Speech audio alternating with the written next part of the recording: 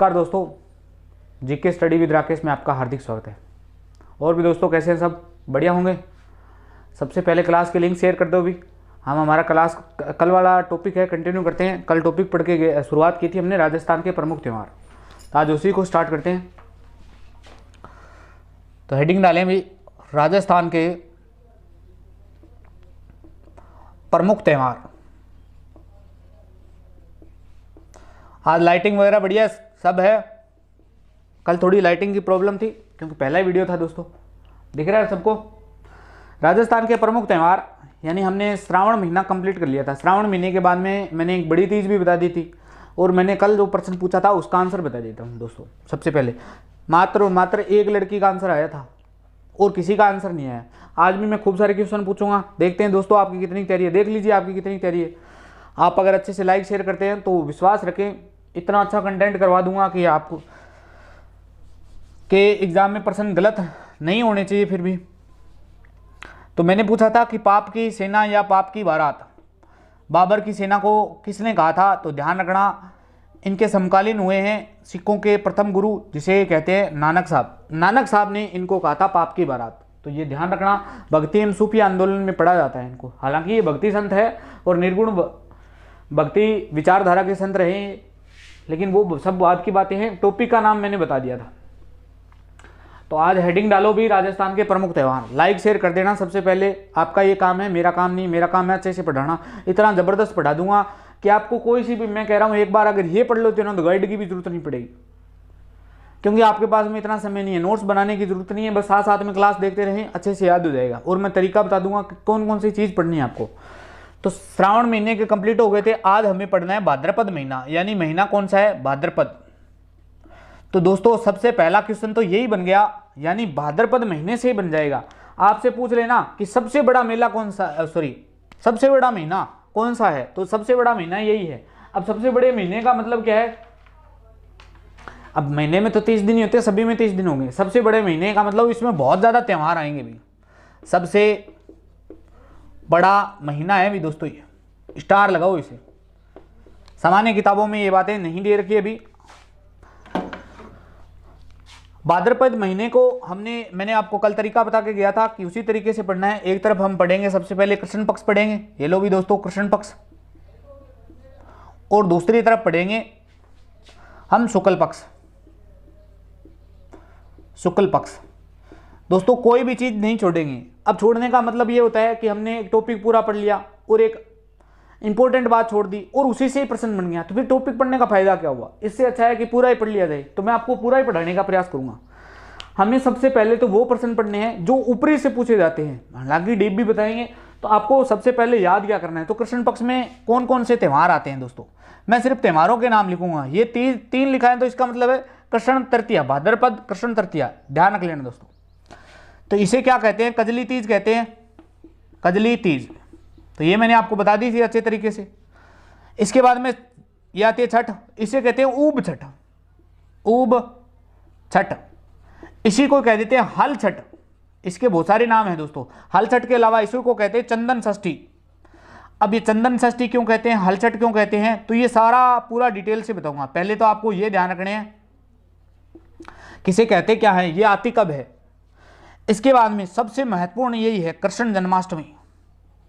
कृष्ण जन्माष्टमी। अब देखो कृष्ण जन्माष्टमी याद रखेंगे, याद करने का तरीका चलो एक बार बता देता हूं। इसके बाद में आप सभी जानते हैं गोगा नवमी आती है, यानी गोगा जी का जन्म आ जाता है, गोगा नवमी। इसके बाद में बारस आती है, इसे कहते हैं बच्छ बारस, बच्छ बारस। इसी को भी बहुत सारे नाम हैं, वत्स द्वादशी कहते हैं इसे, वत्स द्वादशी। इसी को कह देते हैं दोस्तों वैदिक धेनु द्वादशी, वैदिक धेनु द्वादशी। इसके बाद में अमावस आती है दोस्तों, अमावस होती है सतिया अमावस, सतिया अमावस्या। दिख रहा है अभी सभी को? सबसे पहले देखो दोस्तों, लाइट नहीं है फिर भी आपके लिए वीडियो बना रहा हूँ, वीडियो शूट कर रहा हूँ। आपका काम है लाइक शेयर करना। तीज 3 नंबर यानी कृष्ण भाद्रपद कृष्ण तृतीया को क्या आती है? कजली तीज। छठ को क्या आती है? ऊब छठ, हल छठ, चंदन षष्ठी। जन्माष्टमी, गोगानवमी, बच बारस, वत्स द्वादशी, वैदिक धेनु द्वादशी और सतिया अमावस। तो ये हो गए कृष्ण पक्ष के। नेक्स्ट हेडिंग डालें शुक्ल पक्ष। हमें सबसे पहले तो ये ध्यान रखना है कि कौन सा पक्ष यानी कौन से पक्ष में कौन कौन से त्यौहार आते हैं। हालांकि मैं सभी की बात करूंगा, फिर भी आपको एक पढ़ने का वे होता है दोस्तों। इसमें सबसे पहले आप सभी जानते हैं भाद्रपद में बाबा रामदेव जी से संबंधित है, तो बाबा रामदेव जी का जन्म माना जाता है। इसे बाबे की बीज कहते हैं या भादवी दूज कहते हैं इसे दोस्तों। पहली बात तो इसे भादवी दूज यानी ये दूज को आता है, इसे कहते हैं बाबेरी बीज, बाबेरी बीज। चलो रामदेव जी से नाम आए दोस्तों। रामदेव जी ने समाधि किस तारीख को ली थी दोस्तों? बताओ। तारीख का मतलब 10वीं को ली थी, 9वीं को ली थी, 8वीं को ली, 11 की ली, कद ली? बताओ, कमेंट करके बताना। हाँ कमेंट करके बताओ, आप कमेंट करना, मैं बता रहा हूं इतने देर में। इसके बाद में तीज आती है, इसे कहते हैं हरतालिका तीज। हरतालिका तीज इसे कहते हैं उमा महेश की पूजा। इसी दिन की जाती है उमा महेश की पूजा। उमा और महेश, ये महेश आप सभी जानते हैं, शिव जी को कहते हैं। उमा महेश की पूजा की जाती है भाई। स्टार लगाओ, सबसे ज्यादा बार प्रश्न पूछा गया है। इसी दिन होती है गणेश चतुर्थी। चतुर्थी इसे बहुत सारे नाम जानते हैं, इसका कहते हैं चतरा चौथ। चतरा चौथ। चतरा चौथ के अलावा इसी को कहते हैं शिव चतुर्थी, शिवा चतुर्थी।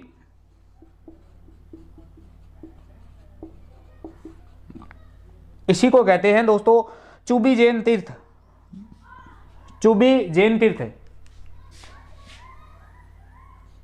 चुबी नाम ही नहीं सुना होगा आपने, चुबी जैन तीर्थ।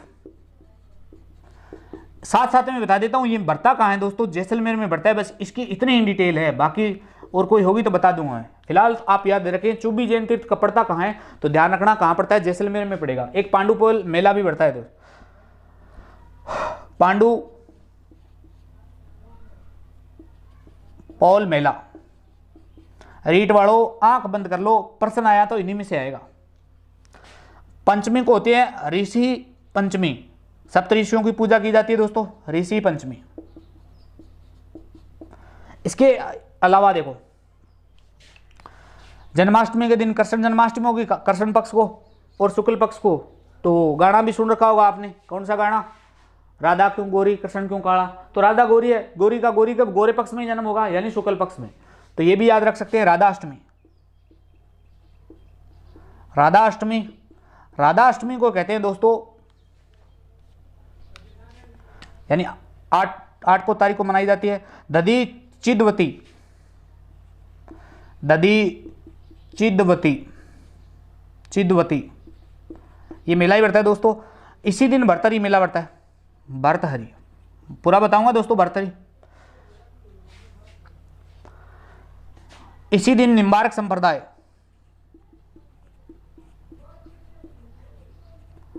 आप सभी जानते हैं इस्लामाबाद में पीठ है का मेला बढ़ता है। 8वीं के बाद में दस्यों के दिन तेजा दशमी। तेजा दशमी, तेजा दशमी के बाद में सुगंध धूप सुगंध दशमी, इसी को कहते हैं धूप सुगंध दशमी। सॉरी, इसी को क्या कहते हैं? इसी दिन मेला बढ़ता है सुगंध दशमी। इनके अलावा विश्वकर्मा जयंती, विश्वकर्मा जयंती,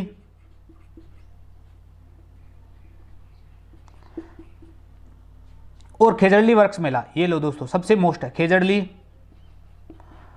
वृक्ष मेला।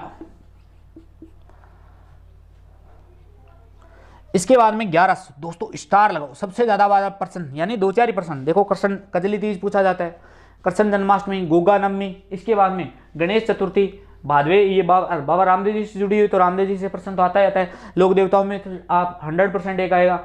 राधाष्टमी से भी प्रश्न पूछा जाता है, तेजा दशमी से भी पूछा जाता है। अब देखो भरतरी, आपने नाम सुना होगा भरतरी।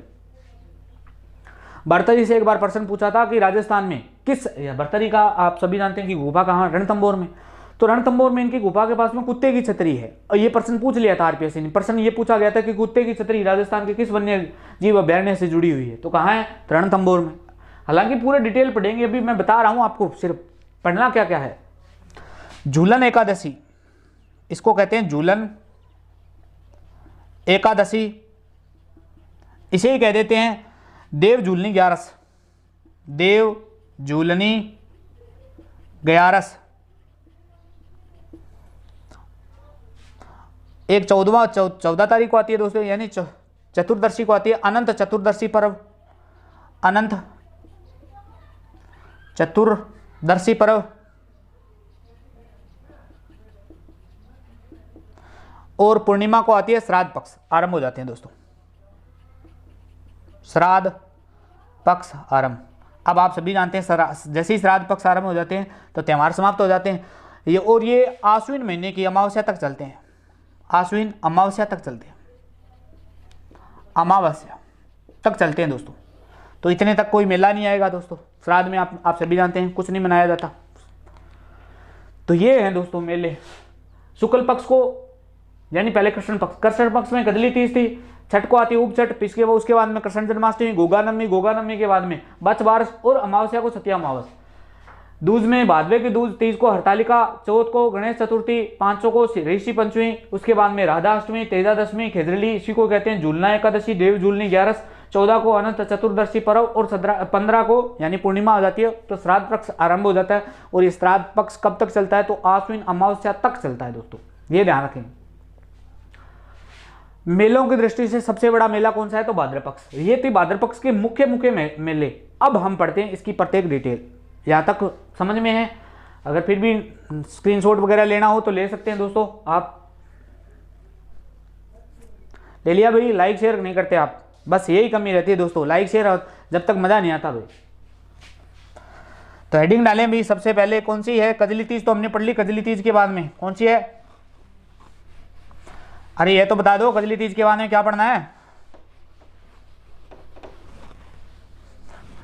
बस इतना पढ़ते हैं।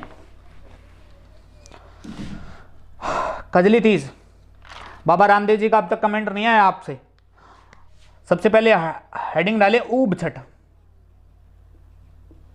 ऊब छठ मनाई कब जाती है? तो ये मैंने आपको बता दिया, भाद्रपद महीने में आती है और कृष्ण पक्ष में आती है भाद्रपद। कृष्ण षष्ठी को आती है, ये लो भाई। इसे चंदन यानी इसे संज्ञा दी जाती है चंदन षष्ठी की, चंदन षष्ठी।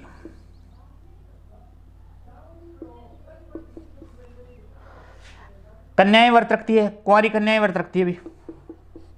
जहां नाम कन्याएं आ जाए इसका मतलब कुंवारी होती है। बैठी कभी कन्या को नहीं हो, बैठ तो लुगाओ जे को नहीं होगी, वो है। सूर्यास्त से लेकर सूर्योदय से लेकर सूर्यास्त से लेकर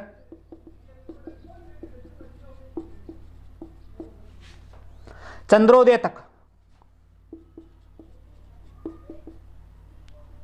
तक यानी चंद्रमा जब तक उग नहीं जाता है कन्याएं खड़ी रहती है। ओहो बहुत परीक्षा करे अभी, कन्याएं खड़ी रहती है। एक तो सोमवार को व्रत रखा है, एक वो रखा है देखो ऊब छठ। जैसे ही चंद्रोदय हो जाता है तो इसे अर्घ दी जाती है और व्रत खोल लिया जाता है। कोई महत्वपूर्ण नहीं है, बस यही ध्यान रखना है। ऊब छठ मनाई कब जाती है, कब मनाई जाती है? भाद्रपद कृष्ण षष्ठी को। संज्ञा क्या दी जाती है? चंदन षष्ठी। व्रत रखती कौन है? तो ध्यान रखना कन्याएं रखती है। कन्या का नाम जहां जाए तो दोस्तों ध्यान, वैसे सारी कन्याएं कोई भी रख सकता है लेकिन मुख्यतः कन्याओं का त्यौहार है। समझ में है? हाँ तो लाइक शेयर करने की कमी है, शेयर करो, कम से कम 50 आने चाहिए आगे।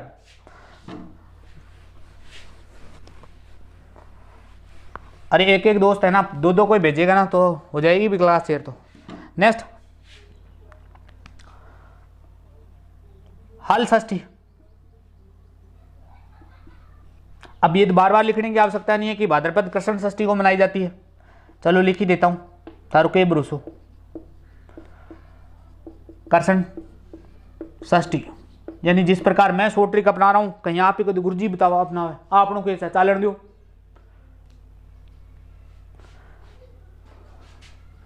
आप सभी जानते हैं कृष्ण का भाई कौन था? कृष्ण का बड़ा भाई था बलराम। इस दिन कहते हैं बलराम का जन्म हुआ था। बस स्टार लगाओ, बस यही पूछा जाता है। और बलराम का प्रतीक चिन्ह क्या है? बलराम भाई साहब मैं जोर बहुत हो, हल खींचा कर तो एक लुई बड़दार दिया वही काम कर तो बलराम का शस्त्र क्या है? हल उठाए है ना, तो बस प्रतीक चिन्ह भी ये है। व्रत कौन रखती है? तो पुत्रवती है ना, पुत्रवती महिलाएं व्रत रखती है, पुत्रवती महिलाएं व्रत रखती है। ये कोई मोस्ट नहीं है दोस्तों, मत पढ़ना चाहिए आप इसे। गाय के दूध का जो सेवन होता है, गाय से बने जितने भी पेय पदार्थ है उनके साथ में उनका सेवन नहीं किया जाता दोस्तों। बस यानी गाय के दूध के जो भी पेय पदार्थ होते हैं ना, उनका सेवन नहीं होता, बस ये ध्यान रखना। कोई नहीं पूछता इतना डीप, ये तो आरएएस पारएएस में पूछा जाता है या अधीनस्थ बोर्ड पूछ लेता है इस प्रकार। रीट में कभी नहीं आएगा। रीट में सिर्फ आएंगे तो या तो मेले आएंगे या तो डायरेक्ट प्रश्न पूछा जाएगा। अगर प्रश्न पूछा गया थोड़ा सा बीटअप तो 4 मेले दिए रहेंगे, 4 तारीखें दिए रहेगी, आपको मिलाना रहेगा। बस 2 ही तरीके हैं। जिसका याद यानी पढ़ना होगा, जिसको अच्छे से, उसको मैं बता दूंगा ऑटोमेटिक, टेंशन लेने की जरूरत नहीं है अभी। नेक्स्ट है कृष्ण जन्माष्टमी।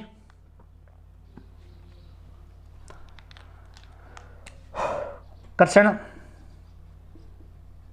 जन्माष्टमी, कृष्ण जन्माष्टमी तो भाद्रपद कृष्ण अष्टमी को आती है। भाद्रपद कृष्ण अष्टमी। अरे समझ में तो आ रहा है, समझ में तो आ रहा है तो यस नो कमेंट करके बताना। हाँ भी कमेंट करके तो बताओ। अब देखो लाइट नहीं है फिर भी मैं पढ़ा रहा हूँ, आप कमेंट नहीं कर रही हो। बड़े अच्छे बच्चे हैं आप, समझ में तो आ रहा है। तो कृष्ण का ये क्या है, जन्म दिवस नहीं है क्या? जन्मदिन है भी। और राजस्थान में यानी सबसे बड़ा मेला कहाँ पड़ता है? अरे कृष्ण जी का सबसे बड़ा मेला कहाँ पड़ता है भी? स्टार लगाओ। ये सबसे बड़ा मेला तो आप सभी जानते हैं, नाथ द्वारा। श्रीनाथ जी का मंदिर है, श्रीनाथ जी का मंदिर कहाँ पड़ता है? राजसमंद में पड़ता है दोस्तों। बस इतना ही ध्यान रख लेना, नाथ द्वारा में पड़ता है। और वल्लभ संप्रदाय का भी सबसे बड़ा मेला यहीं पड़ता है।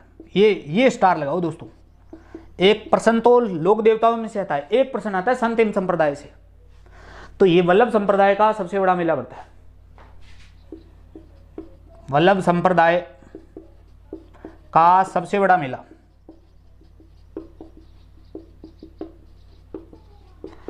तो कृष्ण जन्माष्टमी कंप्लीट है। बाकी में भी याद रखो, देखो भगवान कृष्ण की अखाड़ा नहीं है क्या? काले नहीं है क्या? तो काले हैं। राधा क्या गोरी थी? तो गोरी में जन्म होगा। और ध्यान दोस्तों, एक बात ध्यान रखना, हालांकि मैंने ऑफलाइन क्लासों में यह चीज बता रखी है। यानी ये मान लीजिए कृष्ण की मंदिर है और ये राधा का मंदिर है। अब राधा का मंदिर है तो यहाँ मेला कब भरेगा? तो भाद्रपद शुक्ल अष्टमी को बढ़ता है। यहाँ कब भरेगा? तो भाद्रपद कृष्ण अष्टमी को। लेकिन किसी मंदिर में दोनों की युगल मूर्ति है ना, तो दोस्तों ध्यान रखना मेला कब भरेगा? भाद्रपद शुक्ल को भरेगा। भाद्रपद शुक्ल अष्टमी को बढ़ता है दोस्तों। यानी फिर राधा जी की चलेगी, कृष्ण जी की कौन चला फिर? समझो। यानी मैं ये कह रहा हूं, अगर भगवान कृष्ण की अकेले की मूर्ति है तो मेला कब भरेगा? भाद्रपद कृष्ण अष्टमी को। राधा की मूर्ति है तो कब भरेगा? भाद्रपद शुक्ल अष्टमी को। लेकिन अगर युगल मूर्ति है ना, तो दोस्तों ध्यान रखना गौरी की पूजा होगी। गोरे की कोनी होगी, काड़ो गोरुट कहने की जरूरत ही कोनी। तो यानी फिर राधा जी की चलेगी, राधा जी का मेला भरेगा। याद रह जाएगी ये बात, ये भी ध्यान रख लेना। नेक्स्ट लिखना भी गोगा नवमी।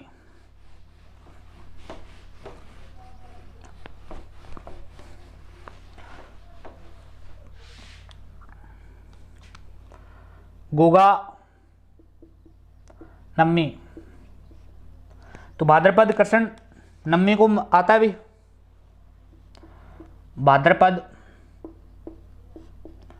कृष्ण नवमी, हेलो भाई।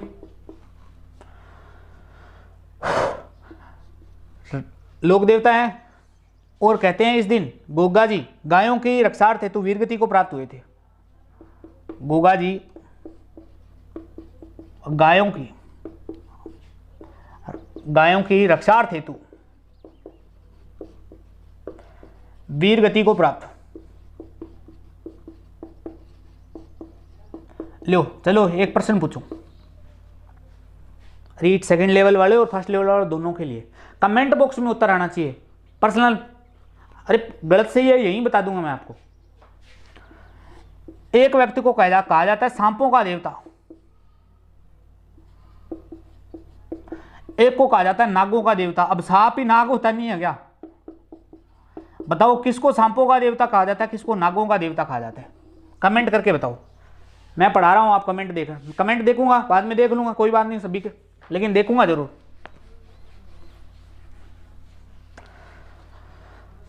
गोगा जी का मेला कहां बढ़ता है भी? गोगा जी का मेला, तो गोगा जी का मेला दो जगह बढ़ता है दोस्तों।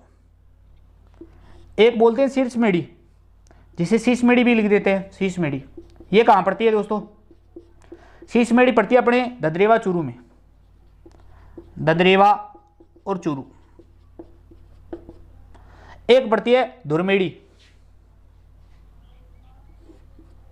दोस्तों ध्यान रखना, एक तो प्रश्न आएगा गोगा जी का मेला कहां पड़ता है, तो गोगा जी का मेला यहां पड़ता है, लेकिन एक आए गोगा मेढ़ी का मेला कहां पड़ता है, बस ये फर्क है इनमें। गोगा मेढ़ी का मेला, एक एक शब्दों पे गौर कर लेना दोस्तों। अब दोस्तों लोक देवियां में पढ़ाऊंगा मैं, वैसे आपसे पूछ लेता हूं, आप बताओ। एक तो आपने नाम सुना होगा, शाकंभरी माता का नाम सुना है क्या? चलो लोक देवियों में बात करेंगे, अभी नहीं बताऊंगा। गोगा मेढ़ी का मेला, दोस्तों अंतर सिर्फ इतना ही है, यहां गोगा जी है, यहां गोगा मेढ़ी है, बस। गोगा मेढ़ी का मेला कहां पड़ता है? गोगा मेढ़ी आप सभी जानते हैं कहां पड़ती है, ये इसको स्थान इसी को कहते हैं दुर्मेढ़ी। और ये पड़ती कहां है? तो ये पड़ती है नोहर हनुमानगढ़ में, नोहर हनुमानगढ़ में।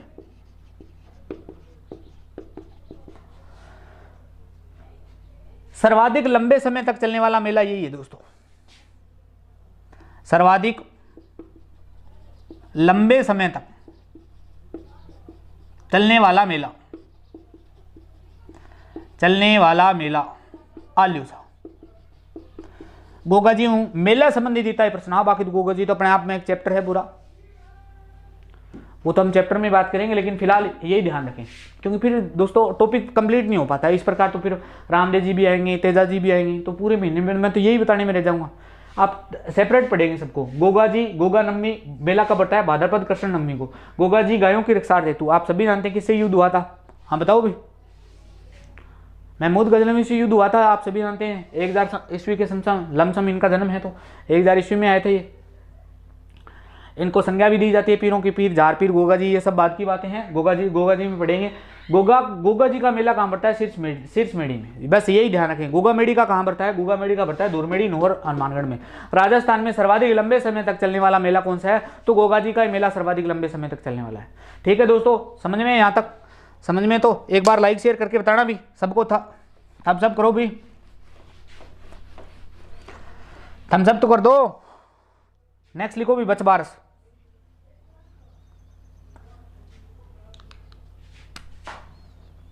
बच बारस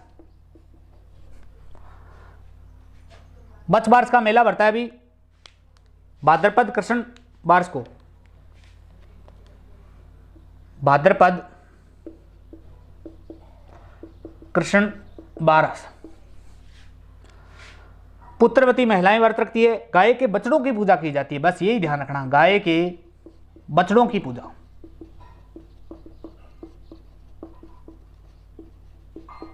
बस दो ही बातें याद रखेंगे। पुत्रों की मंगल कामनाएं के लिए भी महिलाएं व्रत रखती है, ये तो सब बात की बातें हैं, ये कोई नहीं पूछता। बस ये ध्यान रखना इसका क्या महत्व है, बस इतना ही महत्व है, इसका महत्व इतना ही है। भाद्रपद कृष्ण बारस को और 11 गाय के बछड़ों की पूजा की जाती है दोस्तों। नेक्स्ट है सतिया अमावस। सतिया अमावस्या, इससे 2-3 प्रश्न बनते हैं। और आरपीएससी फर्स्ट ग्रेड में देखो सतियों की पूजा की जाती है, यहां से प्रश्न पूछा था, सतियों की पूजा।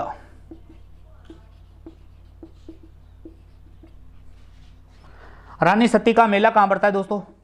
रानी सती का मेला तो ये पड़ता है भी झुंझुनू में। एक राजस्थान में बिना पति के भी सती हुई है मेला, बिना पति के सती। अब बता रहा हूं, वैसे इसका कोई महत्व नहीं है। बिना पति के सती रासमंद झील की, रासमंद झील है ना, वहां इसका एक छोटा सा मंदिर बना हुआ। आधुनिक सती किसे कहते हैं? वास्तव में ये जो रानी सती का मेला है ना, इसका मूल नाम था नारायणी अग्रवाल। नारायणी अग्रवाल।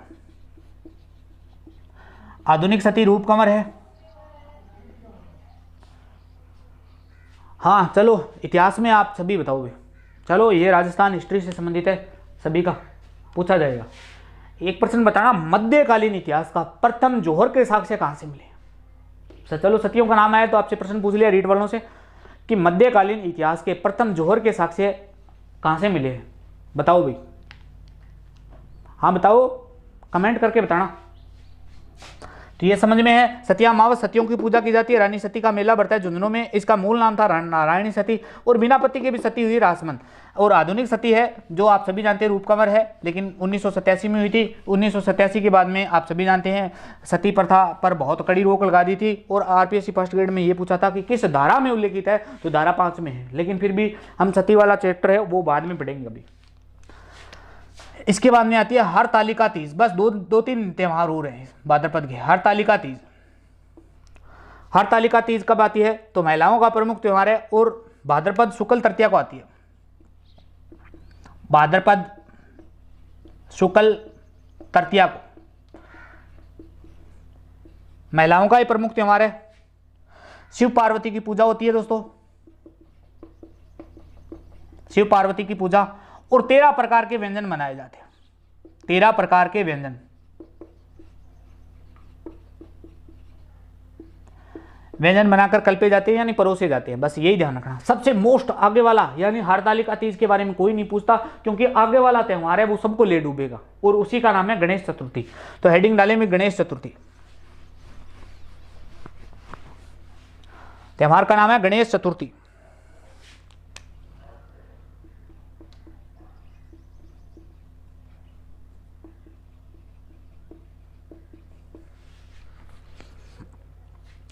इसी को कह देते हैं शिवा चतुर्थी। बस ये ध्यान रखना। अब ये बताने की जरूरत नहीं है कि भाद्रपद महीने में आता है। भाद्रपद शुक्ल चतुर्थी को आता है। दूसरी इंपॉर्टेंट क्या है, इसे चतरा चौथ भी कहते हैं। संज्ञा दी जाती है इसे चतरा चौथ। बस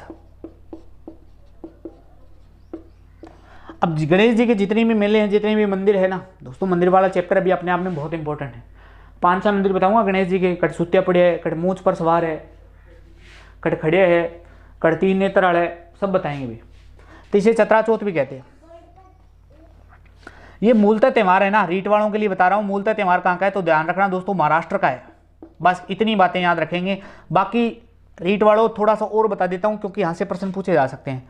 यानी इस दिन गणेश जी की पूजा की मूर्ति की स्थापना की जाती है। यानी शुक्ल चतुर्थी को मूर्ति की पूजा स्थापना की जाती है। मूर्ति की पूजा स्थापना, पूजा हेतु मूर्ति की स्थापना हो जाती है। लेकिन ये चलता है कब तक? तो भाद्रपद शुक्ल 14 को चलता है। भाद्रपद शुक्ल 14 यानी चतुर्दशी तक चलता है। इस दिन इसको विसर्जन किया जाता है। यानी स्वच्छ जल में, जो भी है, जहाँ भी अपनी अपनी मान्यताओं के अनुसार है, जल में विसर्जित किया जाता है। बस इतना ध्यान रख लेना। यानी ये जो मूर्ति बनाई गई थी ना, इसको जल में विसर्जित कर दिया जाएगा। तो ये है गणेश चतुर्थी। भाद्रपद शुक्ल चतुर्थी को आती है। इसे शिवा चतुर्थी, चतरा चौथ भी कहते हैं। संज्ञा चतरा चौथ मूलतः त्यौहार कहाँ का है? तो महाराष्ट्र का है दोस्तों। नेक्स्ट है ऋषि पंचमी।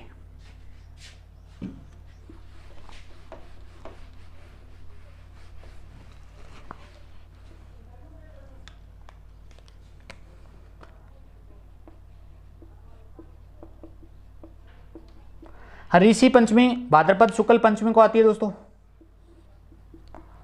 भाद्रपद शुक्ल पंचमी को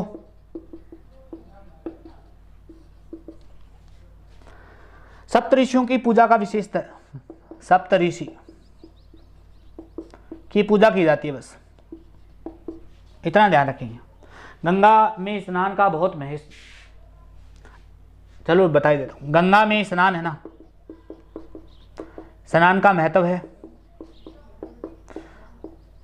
बस जिस चीज के लिए पढ़ रहे हैं, एक समाज का नाम है माहेश्वरी। माहेश्वरी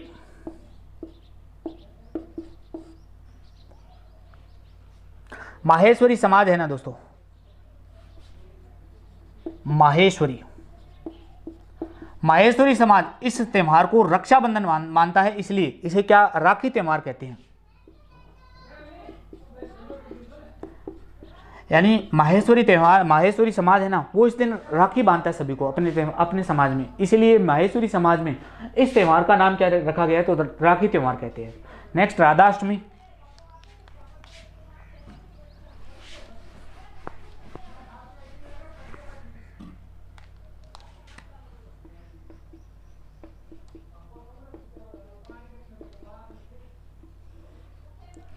राधाष्टमी भाद्रपद शुक्ल अष्टमी को मनाई जाती है। भाद्रपद शुक्ल अष्टमी को मनाई जाती है। निम्बारक संप्रदाय है ना दोस्तों, निम्बारक संप्रदाय में राधा व कृष्ण की संयुक्त रूप से पूजा की जाती है। राधा व कृष्ण की संयुक्त रूप से पूजा, संयुक्त रूप से पूजा। इसके बाद में आप ध्यान रखेंगे कि भारत में इसकी प्रमुख पीठ कहाँ है। भारत में प्रमुख पीठ, तो भारत में इसकी प्रमुख पीठ है वृंदावन में दोस्तों। इसके बाद में राजस्थान में प्रमुख पीठ कहाँ है, तो राजस्थान में है सलेमाबाद में। तो ये राधाष्टमी है। राधाष्टमी भाद्रपद शुक्ल अष्टमी को मनाई जाती है। निम्बार्क संप्रदाय का, यानी निम्बार्क संप्रदाय इससे जुड़ा हुआ है। राधाष्टमी के निम्बार्क संप्रदाय में राधा और कृष्ण की संयुक्त रूप से पूजा की जाती है। भारत में इसकी प्रमुख पीठ कहाँ है, तो भारत में प्रमुख पीठ है इसकी वृंदावन में। और राजस्थान में कहाँ है, तो राजस्थान में है सलेमाबाद में। नेक्स्ट है, अब श्राद्ध पक्ष स्टार्ट हो जाते हैं दोस्तों। इसके बाद में कोई भी त्योहार है वो इतना महत्वपूर्ण नहीं है। श्राद्ध पक्ष हेडिंग डाले में, श्राद्ध पक्ष, श्राद्ध पक्ष। श्राद्ध पक्ष में भाद्रपद, यानी ये शुरुआत होकर कहां से कहां तक चलते हैं, तो ये भाद्रपद पूर्णिमा से आश्विन अमावस्या तक चलते हैं। यानी अब नया त्योहार आएगा ना, वो आश्विन शुक्ल प्रतिपदा से स्टार्ट होगा, अमावस्या, यहां तक चलते हैं दोस्तों। कुल कितने दिन चलते हैं, तो कुल 16 दिन होते हैं, 16 श्राद्ध होते हैं दोस्तों। और आप सभी जानते हैं कि बुजुर्गों की मृत्यु तिथि के दिन श्राद्ध पूर्वक तर्पण एवं ब्राह्मणों को भोजन करवाया जाता है। और इस अवधि में पितरलोक के दरवाजे खुले रहते हैं। आलियो, पितरलोक के दरवाजे खुले रहते हैं, खुले रहते हैं। बस कोई महत्व नहीं है इसका, बस ये 2 प्रश्न पूछे जा सकते हैं जो मैंने बता दी। कुल कितने दिन चलते हैं, तो 16 दिन चलते हैं। कहां से कहां तक, तो भाद्रपद पूर्णिमा से लेकर आश्विन अमावस्या तक चलते हैं। तो ये लो पूरा दोस्तों भाद्रपद महीना कंप्लीट हो जाता है, आश्विन अमावस्या तक कंप्लीट हो गई।